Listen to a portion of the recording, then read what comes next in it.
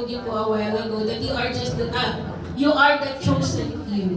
So, thank you for being here. Thank you for supporting Aliana in all of these things. Actually, Yana said to me na, we offer Yana. Yana, we'll just give you cash. We did offer her. Yana will just give you cash. Let's not do the debut anymore. But you know what she said? My debut is just once in my life. Yung cash I can earn. But to be with my friends and you know the family, apart from dun sa circle ng family namin, to be with them is, you know, hindi pwedeng palitan ng kahit anong pera.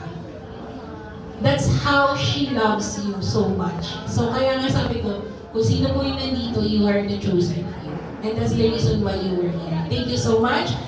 Kahit po napakalayo nyo, alam ko, they are from so far away. Cavite, I don't know, Paranaque, Cainta, Makati. Alam ko pong sobrang lalayo nyo, but yet, Antipolo, di ba? So, thank you for being here. Beautiful.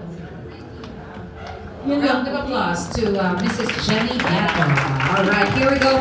But of course, Daddy Badong and Mommy Jenny, we would also like to invite, ayan, another parents po of Yara. May I call on stage, Yeyet and Tito Van, the emotional Tito Van. Let's give them round of applause po.